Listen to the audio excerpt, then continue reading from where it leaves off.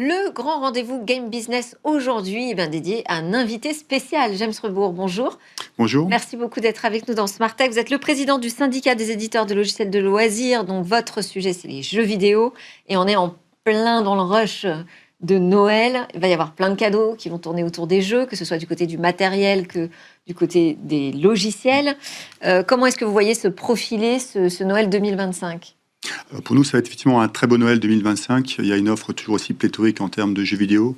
Le point intéressant, donc on est dans l'univers du bien culturel, donc on est clairement sur un marché d'offres. Et plus on a une offre à la fois sur la partie hardware, donc les consoles ou les PC, ou la partie logicielle, plus pour nous le Noël va être effectivement conséquent. Donc on aura effectivement un très très beau Noël. Ok, et avec autour de quel jeu ? Alors le point qui est intéressant cette année, c'est qu'on a vécu en 2025 le lancement d'une console, donc la Nintendo Switch 2, lancée par Nintendo en juin. Ça fera partie des cadeaux, à mon avis. C'est effectivement le cadeau rêvé de Noël pour l'ensemble des joueurs. Et le point qui est intéressant, c'est quand vous regardez en fait les chiffres qui ont été réalisés par Nintendo sur le lancement de cette console, il a été vendu au niveau mondial, je précise bien, donc 10,6 millions de consoles. C'est la plus belle vente en termes d'accélération qu'on n'a jamais vécu dans le jeu vidéo. Donc il y a toujours une très forte appétence pour l'arrivée d'une nouvelle console. Et le point intéressant, c'est qu'effectivement, quand vous prenez aujourd'hui les trois consoles principales, qui sont respectivement Sony PlayStation, Nintendo Switch 2 et Microsoft Xbox Series, souvent Sony et Microsoft sont lancés au même moment, dans une concurrence un peu frontale, alors que Nintendo sort souvent avec une approche un peu décalée. Oui, c'est vrai. Et quand je vous ai dit quel type de jeu vous voyez se vendre particulièrement bien à Noël, est-ce qu'il y a des catégories qui marchent mieux que d'autres pendant cette période ? Ou ça dépend vraiment des sorties? Alors ça dépend vraiment des sorties. Et aujourd'hui, quand vous prenez le marché français, donc aujourd'hui 40 millions de Français jouent aux jeux vidéo, donc c'est 7 Français sur 10. Donc intrinsèquement, comme tous les biens culturels. Vous nous aviez annoncé d'ailleurs au moment de la Paris Games Week. Tout à fait, oui. Chiffre hyper impressionnant. Donc c'est vraiment en fait une vraie passion culturelle. Tous les gens en fait jouent aux jeux vidéo et sur ces 40 millions, les 3 quarts en fait jouent de manière régulière toutes les semaines. Donc il y a une vraie demande par rapport à ça. Oui, dedans il y a tous les jeux mobiles. Alors, il y a effectivement la partie des jeux mobiles, des jeux PC, des jeux consoles. Le principe, effectivement, aujourd'hui, d'un bien culturel, alors si je prends l'exemple de ce que peut être la vidéo ou même la musique, c'est que les gens veulent différents modes de consommation, le principe par lequel on peut y jouer à n'importe quel moment, qu'on soit en mobilité, chez soi, avec une qualité plus ou moins différente. Et c'est ce qui en fait aujourd'hui vraiment l'appétence. Mais est-ce que ce sont ces jeux mobiles qui portent justement cette passion pour le jeu vidéo, selon vous ? Alors sur l'année 2024, effectivement, il y a une très forte accélération sur le jeu mobile, puisque c'est un marché qui pèse maintenant donc 1,6 milliard, qui a été en très forte croissance depuis maintenant 10 ans.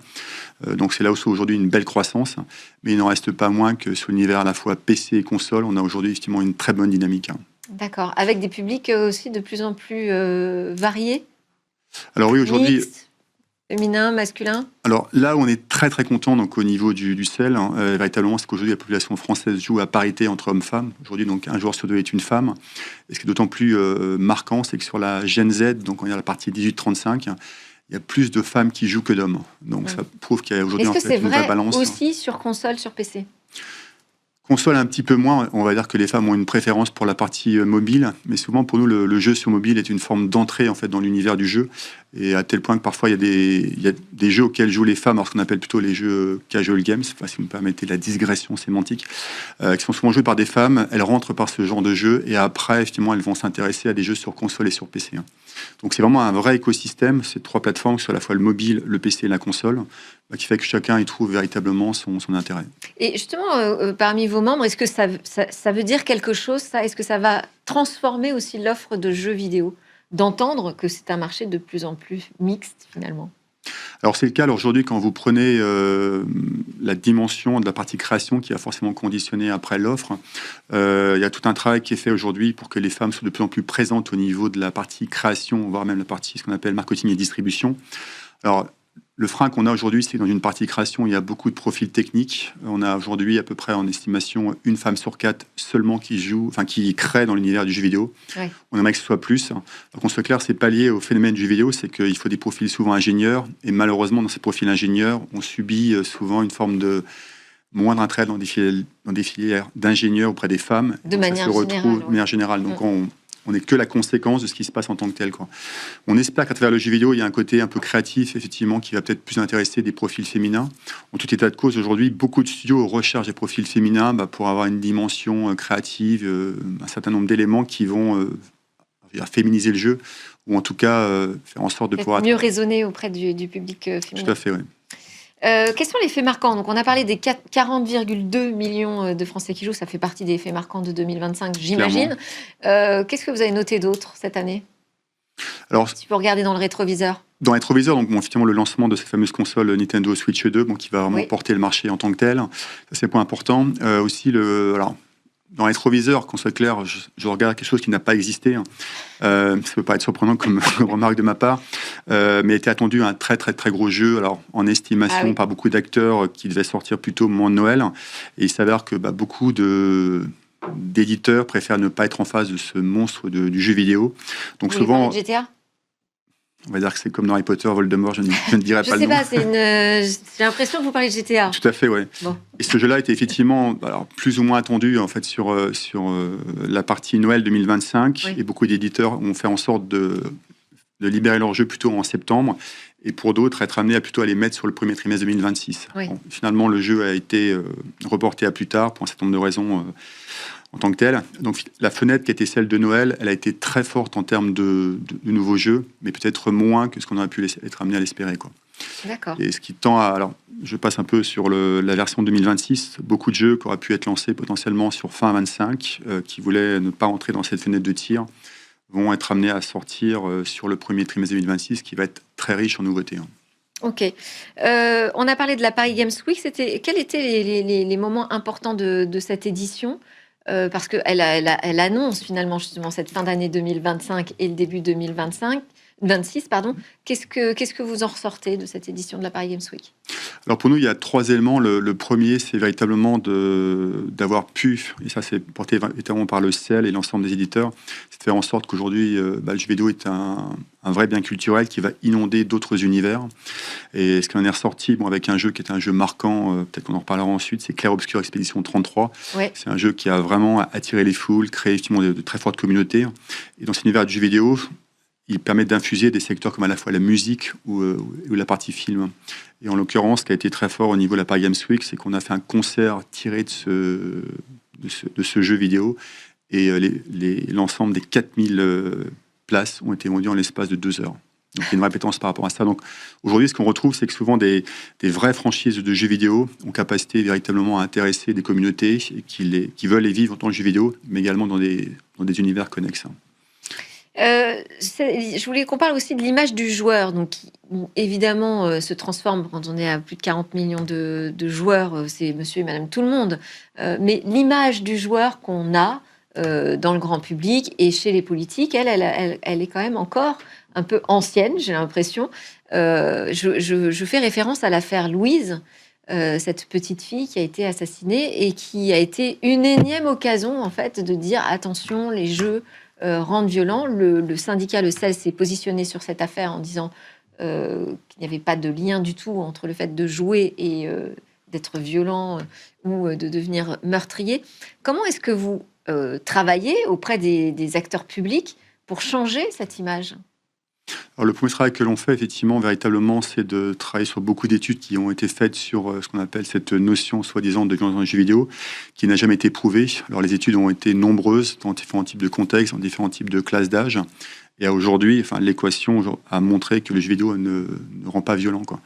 Alors, mais pourtant, c'est une sorte de croyance, comme ça, ancrée chez les politiques, quand ils prennent la parole sur ces sujets, sur ces faits divers. Le jeu vidéo rend violent. Vous êtes d'accord qu'il y a quand même une forme de croyance? Alors, je pense qu'effectivement, il y a une forme de croyance. Alors, maintenant, elle est de moins en moins vraie. Plus on évolue vers des populations politiques relativement jeunes, qui effectivement sont gamers, ou en tout cas ont capacité à connaître des gens autour d'eux qui sont joueurs, plus cette notion de violence vidéo n'existe plus. De génération, alors. Donc, aujourd'hui, on l'a quand même sur un certain nombre de politiques avec qui on travaille. On est aidé par aujourd'hui pas mal de députés qui sont vraiment des joueurs, qui ont véritablement vocation à faire un plaidoyer en faveur du jeu vidéo.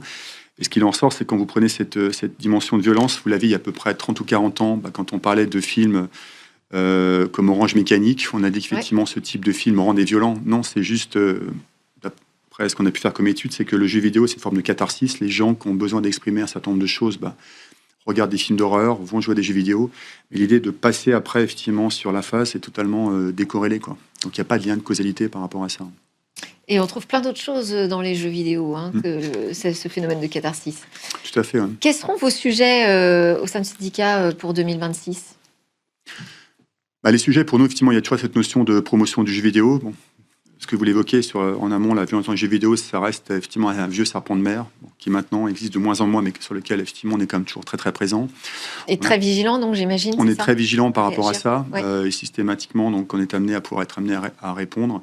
Et ce qui est intéressant, c'est que je reviens encore sur ce point-là, c'est que quand il y a eu effectivement l'affaire de la petite Louise, véritablement la communauté s'est dressée contre ça en disant clairement, mais c'est quoi ces positions parfois politiques, avec des dessins effectivement politiques qui sont assez particuliers, que je n'irai pas commenter. Mais quand vous prenez l'ensemble d'une classe politique, la plupart effectivement ne considèrent pas qu'il y a de la violence dans les jeux vidéo. Mais on reste quand même assez vigilant par rapport à ça. Toute l'équation après aujourd'hui par rapport à nous, c'est toujours cette promotion de la pratique responsable du jeu vidéo. Il y a tout un travail qui est fait sur la partie de l'inclusion, de la diversité qu'on est amené à travailler. Cette dimension également aujourd'hui de faire en sorte qu'il y ait des vraies modérations sur les plateformes de jeu pour que tout le monde se sente en situation de confort lorsqu'on joue en tant que tel, quoi. C'est le cas aujourd'hui, ça se renforce de plus en plus. Ça crée des safe places finalement au sein des plateformes, au sein Tout à fait, ouais. On part du principe qu'aujourd'hui, j'ai envie de dire, finalement, avec 42 millions de joueurs, nous ne sommes que le reflet de la société. Il y a toujours un certain nombre de personnes qui parfois peuvent avoir des comportements qui ne sont pas admissibles. Ça se retrouve dans tous les univers. Et le travail sur lequel on travaille, c'est cette notion de modération qui permet à ce que ces personnes-là, qui l'expriment aussi bien dans un jeu, on va dire, connecté, mais que dans la vie normale, publique ou même sur les réseaux sociaux, ce type de comportement ne puisse pas avoir lieu. Et comment est-ce que vous pouvez agir sur les grandes plateformes ? Il y a tout un travail qui est fait au niveau réglementaire pour faire en sorte qu'effectivement les plateformes puissent être amenées à avoir cette capacité à gérer ce genre de choses. Et c'est toute la question qu'on est amené à pouvoir développer. Et si vous prenez aujourd'hui véritablement le CEL, ce qu'on a fait il y a maintenant 22 ans, donc c'est quand même il y a très très très longtemps, on a fait de notre propre initiative, donc sans pression réglementaire, une notion de classification d'âge qu'on appelle le PEGI. Donc c'est l'idée par laquelle sur l'ensemble des jeux qui sont vendus, il y a une classe d'âge qui permet d'avoir une notion de contrôle parental, ce qui prouve qu'on est vraiment une industrie responsable et qu'on prend à cœur effectivement ce type de pratique. Et ça aide beaucoup les parents sur d'autant les choix, plus notamment à Noël. Tout à fait. Et surtout sur des populations, alors c'est de moins en moins vrai, mais quand les parents, il y a peut-être maintenant une vingtaine d'années, n'étaient pas forcément joueurs, ça leur permettait d'appréhender ce à quoi jouent effectivement leurs enfants. Parmi vos sujets, vous allez aussi vous bagarrer sur le terrain économique. Aujourd'hui, que représente le marché du jeu, le secteur, l'écosystème du jeu français et comment continuer à le défendre ? Je dis continuer parce qu'on est une puissance, en fait, économique. Oui, clairement, ce qu'il faut souligner, c'est que depuis très longtemps, que ce soit le CEL, également avec le CNJV, et aidé par la fois la DGE, donc au niveau de Bercy, et le CNC, il y a un vrai soutien donc, à la filière, donc, qui s'est accéléré depuis maintenant un peu plus d'une dizaine d'années par le biais du crédit d'impôt jeux vidéo. Donc c'est vraiment un élément qui permet d'être dans une compétition mondiale très conséquente. Ce qu'il faut appréhender dans le jeu vidéo, c'est qu'on est un bien culturel qui n'est pas un bien culturel local. C'est-à-dire qu'aujourd'hui, tout créateur de jeux vidéo ne peut réussir que s'il y a une capacité à adresser non seulement le marché Europe, mais également mondial. Donc c'est bien les États-Unis que l'Asie en tant que telle. Et cette compétition mondiale, on l'a ne serait-ce qu'à nos portes avec à la fois l'Angleterre, l'Allemagne, même l'Espagne, et également avec les États-Unis et le Japon. Et ce crédit d'impôt jeux vidéo, donc, qui permet de pouvoir accompagner un financement à hauteur de 30%, nous permet d'avoir aujourd'hui en France 15 000 personnes qui travaillent dans cet écosystème. C'est à peu près plus de 1000 studios qui positionnent la France comme étant un acteur très conséquent. Et ce qu'on a pu observer depuis ne serait-ce que quelques mois, c'est qu'il y a un vrai soutien à la fois des Anglais, par exemple, et des Allemands qui augmentent leur crédit d'impôt. Et il faut que par rapport à ça, la France continue à maintenir ce crédit d'impôt. Oui, alors ça va être difficile, vu les situations budgétaires actuelles. C'est un combat de tous les jours. Il n'en reste pas moins qu'aujourd'hui dans le crédit impôt jeux vidéo. On a également fait de nombreuses études faites par des structures tiers, donc totalement indépendantes, qui ont prouvé qu'avec effectivement 1 euro donc, mis en crédit impôt jeux vidéo, on était amené à générer quelques euros additionnels, quoi. Donc il y a un vrai retour sur investissement qui s'opère aujourd'hui. On ne demande pas effectivement un principe d'aide. Clairement, c'est un crédit d'impôt, donc il y a d'autres vertus. Et parce que si cette condition n'est pas remplie, il y aurait un risque en 2026 pour notre industrie, ou on est quand même loin d'avoir une industrie en danger? Alors l'industrie, dans la partie amont, la partie création, a quand même subi pas mal d'impact post-Covid pour un certain nombre de raisons. Il y a eu beaucoup de licenciements donc, sur l'ensemble en fait, du marché mondial dans la partie création. La Ça, France, c'est effectivement, parce l'a que c'est le subi. soufflet qui est retombé, c'est ça, à la sortie de la crise Covid, comme dans toute l'industrie du numérique. Il y a eu effectivement la baisse de ce fameux soufflet en fait, numérique. On est sur également une notion de temps long sur la partie du jeu vidéo. Quand vous développez un jeu, généralement ça prend entre 2 ans, 3 ans, et pour des produits plus conséquents AAA, ça peut être entre 4 ans, 5 ans ou 6 ans. Oui. Donc cette notion en fait, de temps long, quelque part, vraiment importante. Et l'idée d'avoir ce crédit d'impôt jeu vidéo permet d'asseoir une visibilité pour aujourd'hui pas mal de studios de développement. Il y a aussi un vrai travail, c'est que le crédit d'impôt jeu vidéo permet de travailler sur l'attractivité de la France. Aujourd'hui, c'est un vrai débat pour que des studios français puissent accueillir des éditeurs aussi bien américains, japonais, qui seraient intéressés pour venir être amenés à créer en France. Et pourquoi ça, c'est important? On ne peut pas être autonome sur toute la chaîne? Parce qu'aujourd'hui, l'édition, c'est une prise de risque financière. À chaque fois, il y a une notion de risque créatif qui est à prendre en compte. Et l'idée de dire, on doit s'adosser à un éditeur. L'éditeur va mesurer son risque. Et s'il y a une forme d'accompagnement qui est portée d'un territoire à l'autre, c'est un point qui est vraiment conséquent. Et je vais juste reprendre l'historique. C'est que vous prenez le cas de Montréal, donc au Québec. Il y a eu un travail qui a été fait il y a une quinzaine d'années, justement sur un crédit d'impôt. Ils l'ont initié à 15 ans. Ils ont aujourd'hui en fait créé un écosystème qui compte plus de 40 000 collaborateurs uniquement dans la zone de Montréal. Donc ça, ils l'ont fait à un moment opportun et qui permet véritablement de pérenniser dans le temps cette position. Et quand vous créez un écosystème, à la fin, il finit par s'entretenir. Et ça, c'est ce qu'on veut faire en France. Et le point aussi que j'aimerais vraiment souligner, c'est que quand vous prenez aujourd'hui l'ensemble des clusters régionaux, on a la chance d'avoir en France un certain nombre de régions très fortes en jeux vidéo. Alors, pas seulement le classique...